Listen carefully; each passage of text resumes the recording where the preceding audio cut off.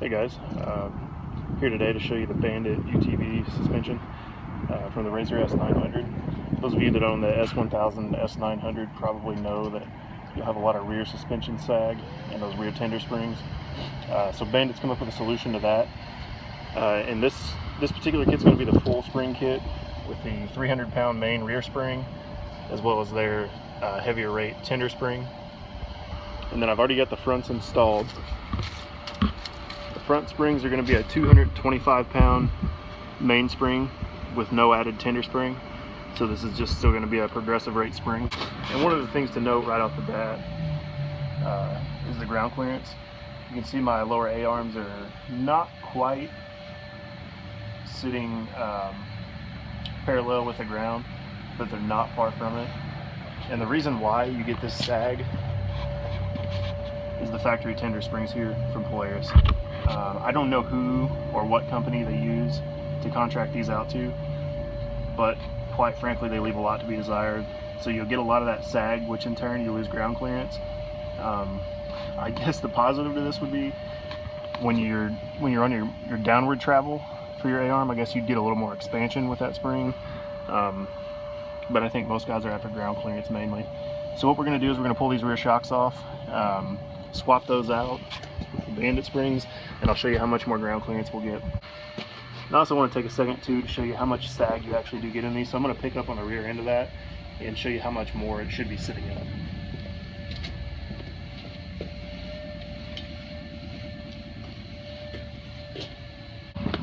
You look now at that spring, you can see the coils have a lot more gap in between them, but that spring is just such a low quality spring that it'll wear out quickly and you get a lot of sag in it.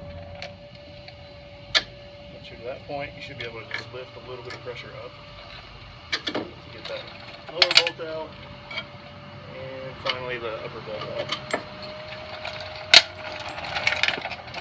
Okay, so the spring with no weight spring on it, take a look at how far that tender spring is expanded, and then keep in mind earlier in the video how much it was compressed.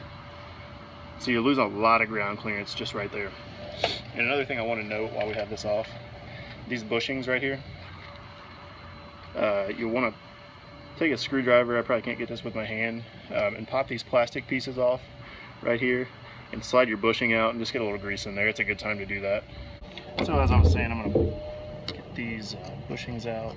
You can just take a flat blade screwdriver and work that off of there. You'll see inside there's a little red rubber ring in there. Make sure you don't lose that.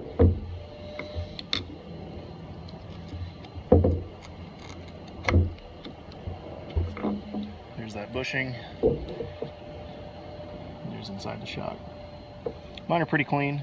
They do have a little moisture and a little dirt in there.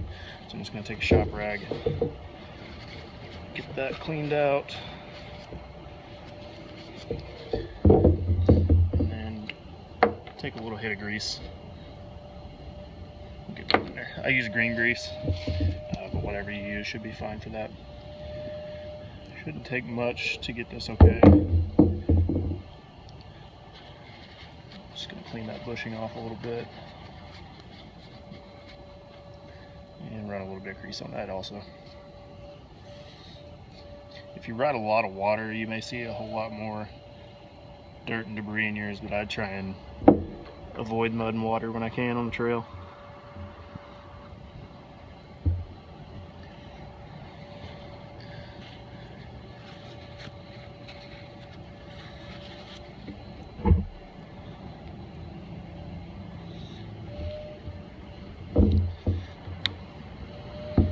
So there you go, you'll get a little snap when that's back into place. And I'm going to go ahead and do the lower the same way. Okay, that rear bushing took a little more convincing. If you think about it, that rear one's going to get a whole lot more water and dirt. So it was lodged in there a little more. So I just took a socket and kind of hit it out like you would push a ball joint out. Don't have to hit it real hard, just enough to get it to move out of there. And same thing, you just want to run a towel in there, clean that out. A little hit of grease.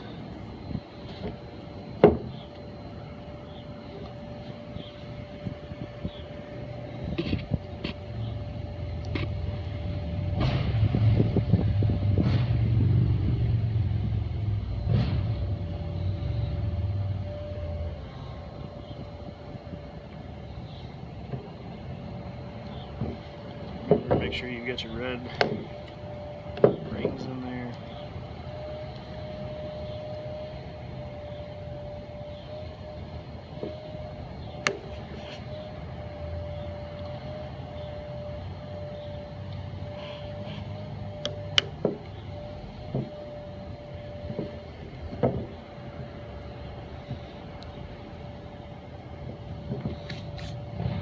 This is the part that might give you a few headaches. So you can either use the included spanner wrench on these lock rings, or you can do the screwdriver method and just get it lodged in there, break it loose, tapping it with a hammer. I'm just going to use the screwdriver because it's faster. And when that's loose, you should be able to loosen it up with a hand. So here's an idea of how far I actually had to run up those locking rings on the threads. It's almost to the very top to get the that retaining clip off the bottom of the spring. Once you do, it's a pretty easy process. Just get that clip off, slide these springs right out.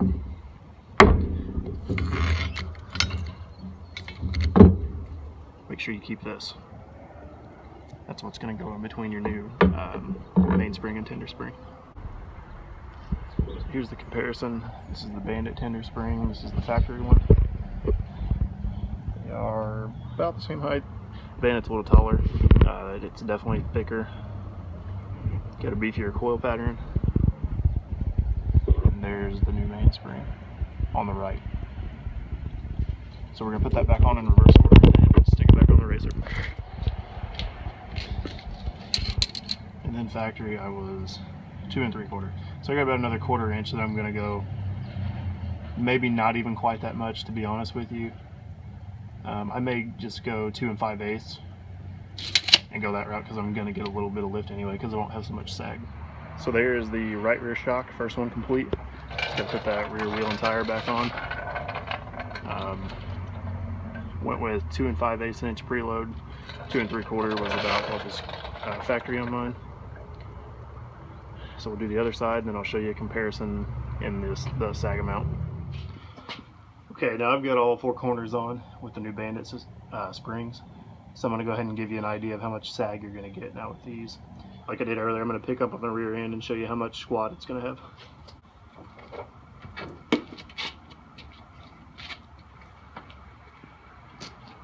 So that's picked up.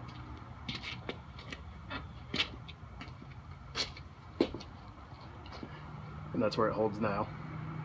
I actually turned the preload down quite a bit on the rear. And then up front, I went 7 1/8 inch. Back here in the rear, I went 2 9/16 of an inch.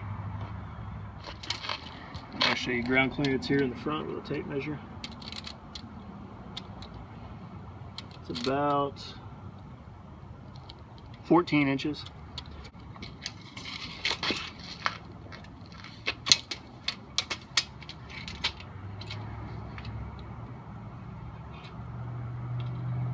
Right at 13 inches in the rear now. So that's definitely improvement. I think I was sitting at about 10 1/2 in the rear with the stock springs, and then the front, I want to say I was at 11. So it's a pretty significant gain there. And I'm sure they'll settle in a little bit as time goes. But I'll do a write-up on that, about how well they hold up and settling and whatnot. And thanks for watching, and be sure to go check out BanditUTVsuspension.com. Give them a call or shoot them an email with any questions you may have.